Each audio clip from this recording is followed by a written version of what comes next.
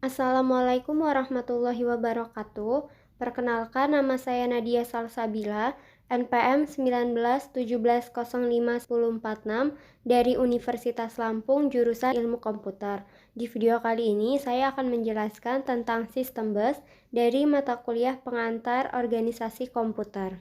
Pengertiannya yaitu pengertian bus sendiri adalah bagian dari sistem komputer yang berfungsi untuk memindahkan data antar bagian-bagian dalam sistem komputer.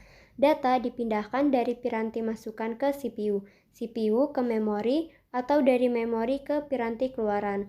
Bus merupakan jalur komunikasi yang dibagi pemakai suatu set kabel tunggal yang digunakan untuk menghubungkan berbagai subsistem. Sistem bus adalah sebuah bus yang menghubungkan komponen-komponen utama komputer, yaitu CPU, memori, input atau output, dan sebagainya.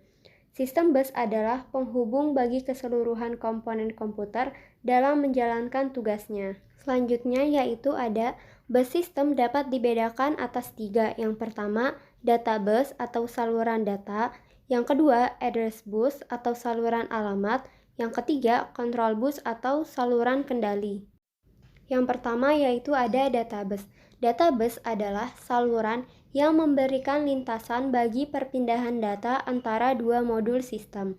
Umumnya, bus data terdiri dari 8, 16, dan 32 saluran.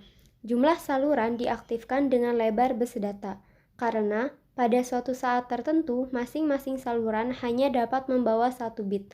Maka, jumlah saluran menentukan jumlah bit yang dapat dipindahkan pada suatu saat.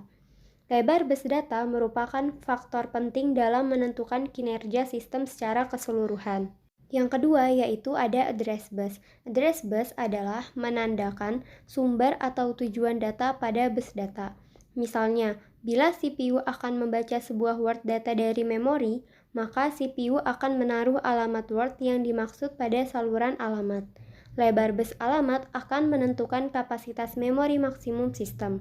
Selain itu, umumnya saluran alamat juga dipakai untuk mengalamati port-port input atau output.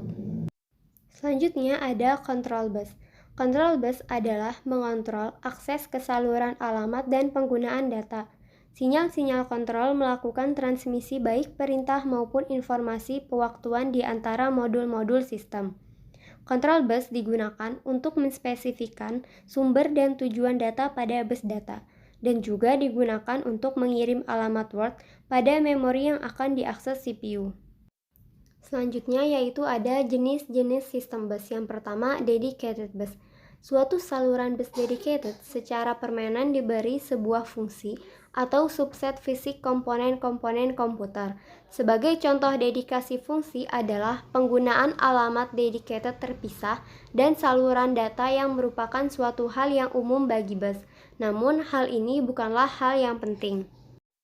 Yang kedua yaitu multiplex bus. Keuntungan tie multiplex adalah memerlukan saluran yang lebih sedikit, yang menghemat ruang dan biaya. Kerugiannya adalah diperlukannya rangkaian yang lebih kompleks di dalam setiap modul.